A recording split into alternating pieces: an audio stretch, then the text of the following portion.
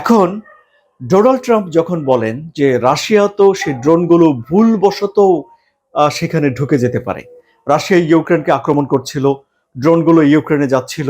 এখন ইউক্রেনের প্রতিবেশী দেশ হিসেবে সীমান্ত পার হয়ে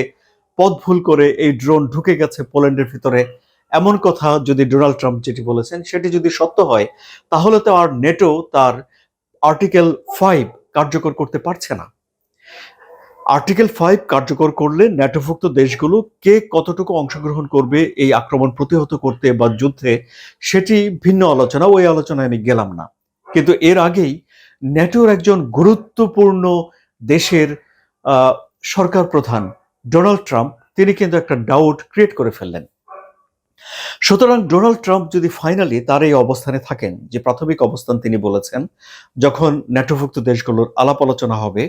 যখন রাশিয়া সত্যি সত্যি পোল্যান্ডকে আক্রমণ করেছে কিনা এই বিষয়টি নিশ্চিত হওয়ার প্রশ্ন আসবে, তখন যদি ডোনাল্ড ট্রাম্প তার এই অবস্থান রাখেন, তাহলে কিন্তু ন্যাটোভুক্ত দেশগুলো একমত হতে পারছে না যে রাশিয়া পোল্যান্ডে আক্রমণ করেছে। এবং যদি ন্যাটোভুক্ত দেশগুলো একমত হতে না পারে, তাহলে কিন্তু ন্যাটোর যে আর্টিকেল 5 সেটি বাস্তবায়িত হচ্ছে না। অর্থাৎ ডোনাল্ড ট্রাম্পের কথার উপরে এখানে এই যুদ্ধটা বড় আকারে ছড়িয়ে পড়বে কিনা, কিংবা এখানেই এই উত্তেজনার প্রশমন হবে কিনা, সে বিষয়টির অনেকখানি কিন্তু নির্ভর করছে।